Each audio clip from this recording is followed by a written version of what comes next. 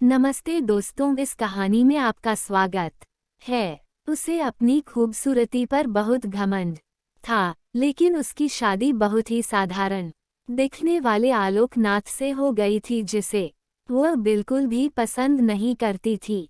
Narendra marketing विभाग में clerk का काम करता था। महीने के 15 दिन बाद टूर पर ही रहता। तनख्वाह भी ठीक ही थी, लेकिन काम ही नहीं कि हर दिन नई नई फरमाइश को पूरा करने के चक्कर में महीने के पहले उसकी सारी तनख्वाह खत्म हो जाती थी। एक दिन की बात है, सुबह का समय था, काम ही नहीं बिस्तर पर लेटी हुई थी। तभी नरेंद्र ने उसे जताते हुए कहा, क्या बात है मोहिनी, आज बहुत देर तक काम ही नहीं कहती है।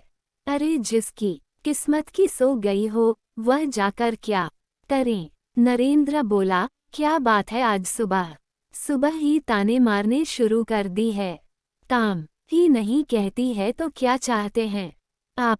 सुबह सुबह आपकी आरती उतारना शुरू कर दो या पैर दबाओ। नरेंद्र समझ गया कि मोहिनी को कोई चीज चाहिए, क्योंकि जब भी उसे कोई चीज चाहिए होती है वह इसी तरह का नाटक करने लगती है।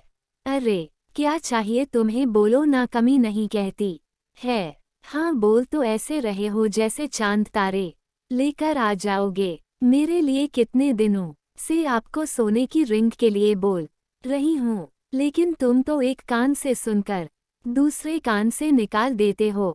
नरेंद्र कहता है, अब जितनी हैसियत है मेरी उतना ही तो कर पाऊंगा मैं, और अभी मेरा हाथ तंग है। 2-3 महीने रुक जाओ ना, फिर दिला दूंगा। काम ही नहीं करती है तो फिर मुझ पूछते क्यों हो कि क्या चाहिए, अपना काम करिए। मेरे सर में बहुत दर्द है। नरेंद्र क्या करता, किसी तरह कर लेकर मोहिनी के लिए रिंग ले आया, लेकिन मोहिनी बहुत ही लालची औरत थी। उसे हमेशा कुछ न कुछ नया चाहिए ही होता था। इस बीच मोहिनी के पड़ोस में एक नया शादीशुदा जोड़ा रवि और रेखा रहने के लिए आए।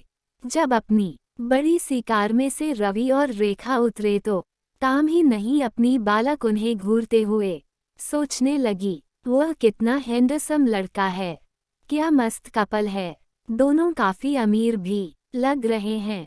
दोनों कितनी महंगी कार है इनकी, और एक मेरे पति है। ना शक्ल अच्छी है और न ही कमीनी को जब पता लगा कि यह जोड़ा बिल्कुल उनके बगल में रहने के लिए आया है तो वह उनसे दोस्ती करने के लिए मचल उठे।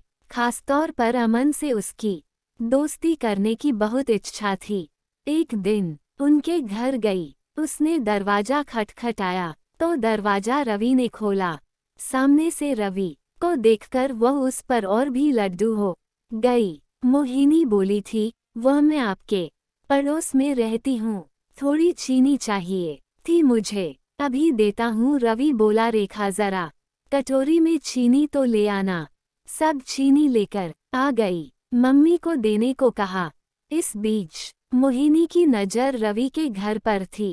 काफी महंगी और सजा हुआ था उनका घर। जब रेखा ने मोहिनी को चीनी की कटोरी दी तो उसकी नज़र रेखा के गले में पहने नेकलेस पर गई। उसने अंदाजा लगाया कि यह डायमंड का ही होगा। रेखा और रवि दोनों ने मोहिनी को घर के अंदर आने को कहा तो उसने कहा कि फिर किसी दिन आऊंगी, और चली गई। मोहिनी रुकी नहीं कि कटोरी लेकर अपने घर गई तो नरेंद्र की नज़र उस पर गई। नरेंद्र ने बोला, अरे घर में तो इतनी सारी चीनी पड़ी है, फिर तुम पड़ोस से मांग कर क्यों ले आई? कमी नहीं बोलिए, बात आपकी समझ में आ जाती तो आप अपने ऑफिस में क्लर्क नहीं होते। धीरे धीरे मोहिनी रवि और रेखा से दोस्ती बनाने लगी। जल्दी वह उनका विश्वास जीतने में कामयाब हो गई।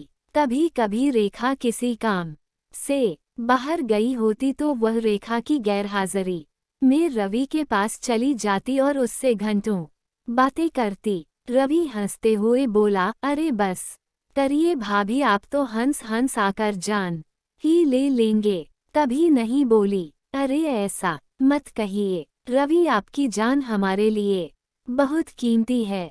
हम तो आपके लिए अपनी जान भी दे सकते हैं। एक बार बोलिए तो रवि बोला, यह आप क्या कह रही है? काम ही नहीं बोली।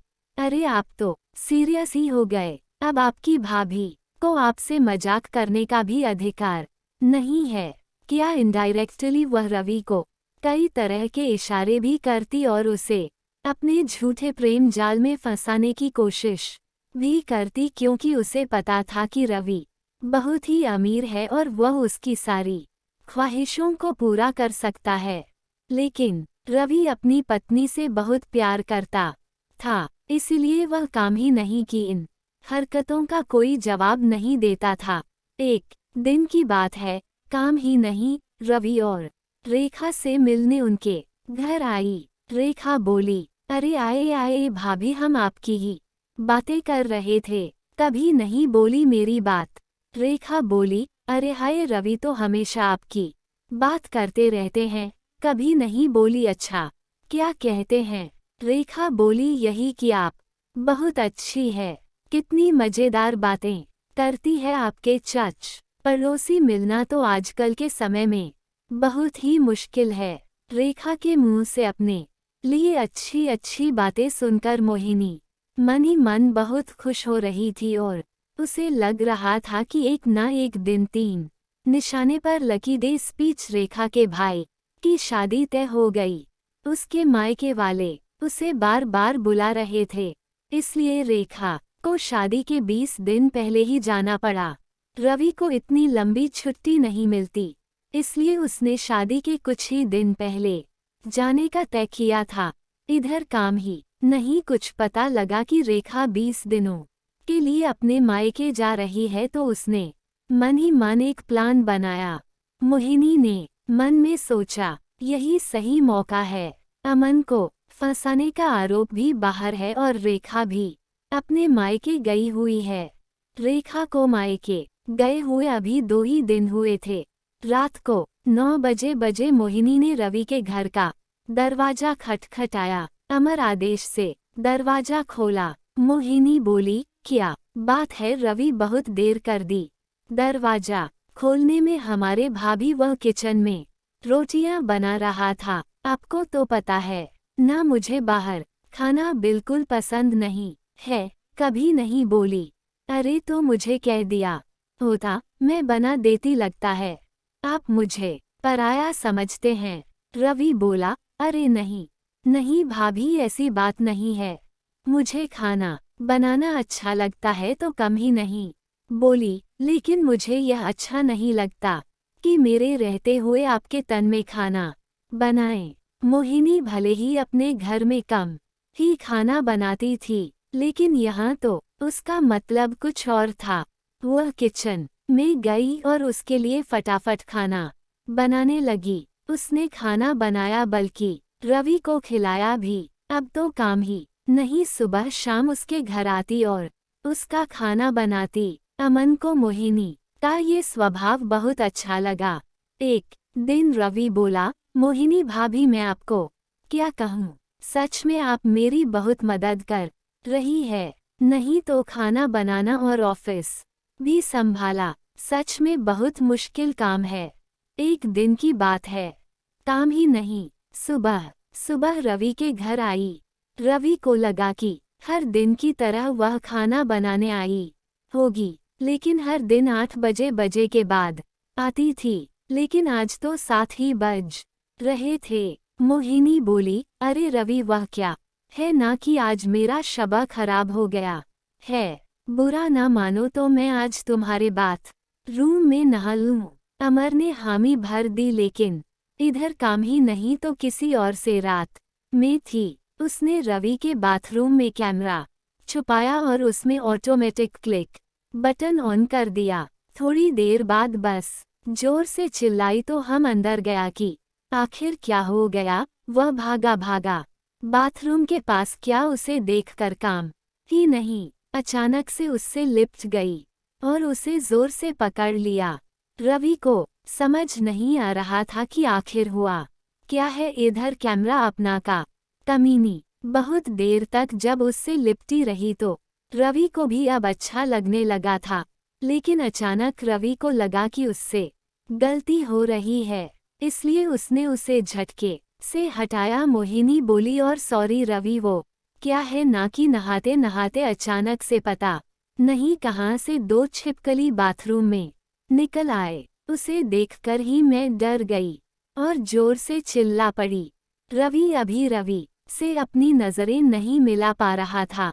इधर काम ही नहीं अपने प्लान में कामयाब हो गई थी। रवि के साथ उसकी सारी तस्वीरें क्या मैं कैद हो गई थी, जिसमें उन दोनों ने एक दूसरे को गले से लगा रखा था। अगले दिन बहुत सारी तस्वीरें रवि को लिफाफे में अपने घर के बाहर पड़ी मिली। उन तस्वीरों को देखकर उसका दिमाग चला गया। तभी मोहिनी भाग गई। उसके हाथ में भी एक लिफाफा था। मोहिनी बोली, रवि ये देखो, किसी ने कल हमारी तस्वीरें खींच ली है। वह मुझे ब्लैकमेल कर रहा है और कह रहा है कि अगर मैं 1 लाख उसे नहीं दूंगी तो भैया तस्वीरें मेरे पति को दिखा देगा। रवि देखो, मैं एक सीधी सादी भारतीय नारी हूँ। मुझे नहीं पता कल कितने ये हरकत की है। रवि को भी कुछ समझ नहीं आ रहा था। उसने रुपए 1 लाख कामिनी को दी, हालांकि उसे काम ही नहीं पर रत्ती भर भी शक नहीं था। लेकिन मोहिनी ने एक बार फिर से उससे रुपए 5 लाख मांगे तो उसका दिमाग ठनका। फिर भी उसे ज्यादा शक नहीं हुआ। उसने रुपए 5 लाख दे दिए, लेकिन जब हम रेखा के आ जाने की तैयारी कर रहा था तो काम ही नहीं। फिर से उसे 2 लाख मांगे। इस बार रवि को लगा कि दाल में जरूर कुछ काला है, हालांकि गलती उससे भी तो हुई थी। रवि ने बहुत सोचा और उसने रेखा से माफी मांगते हुए उसे सारी बातें बता दी। रेखा उसी समय अपने मायके से रवि के पास लौट आए। उस दिन काम ही नहीं। जब शाम को 2 लाख लेने आई तो उसने रेखा को देखा। रेखा को देखकर कुछ का चेहरा उतर गया। मोहिनी बोली, अरे तुम कब आए? रेखा बोली थी, अभी आई हूँ भाभी। उसके बाद रेखा ने रवि और मोहिनी की सारी तस्वीरें उसे दिखाए और कहा कि भाभी, आपने मुझे बताया क्यों नहीं कि कोई आप इन तस्वीरों के लिए ब्लैकमेल कर रहा है। मैं अभी इन तस्वीरों को लेकर पुलिस स्टेशन जा रही हूँ। पुलिस का नाम सुनते ही मोहिनी के होश उड़ गए। उसे अपनी पोल खुलने का डर सताने लगा। उसने पुलिस स्टेशन आने की बात उनसे कही, लेकिन रेखा अड़ी रही। आखिरकार मोहिनी टूट गई और रोते रोते उसने अपना गुनाह कबूल कर लिया। रेखा बोली, मुझे शर्म आती है आप जैसी औरतों पर जो अपने मतलब के लिए दूसरे मर्दों को फंस आती है। अरे नरेंद्र भैया में क्या कमी है? वह बेचारे तो आपको हर खुशी देने की कोशिश करते हैं, लेकिन पता नहीं आपको ऐसा क्या चाहिए जो आपका लालच खत्म ही नहीं होता।